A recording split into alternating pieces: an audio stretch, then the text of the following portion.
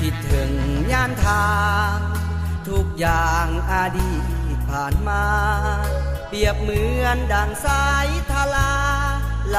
ลับลาบ่หวนคืนใหม่เห็นภาพยิ่งแสนแค้นอังอยู่ในดวงใจคือภาพคุ้มควันแปลวไฟลูกบ่มทำลายยาวเงินมามุน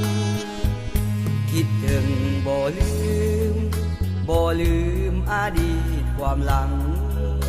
บ่ลืมเพื่อนฮักเฮายังร่วมอุดมการณ์สู่ลบมีใส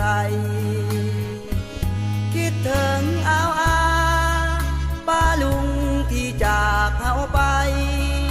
สละชีวิตกายใจอุทิศไว้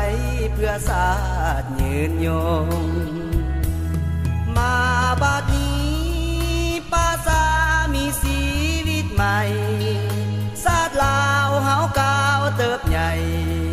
อยู่ใต้ห่มทุ่งสีแดงใต้การนำพา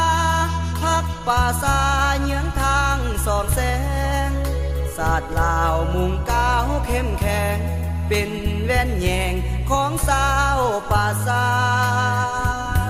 คิดถึงบุญคุณ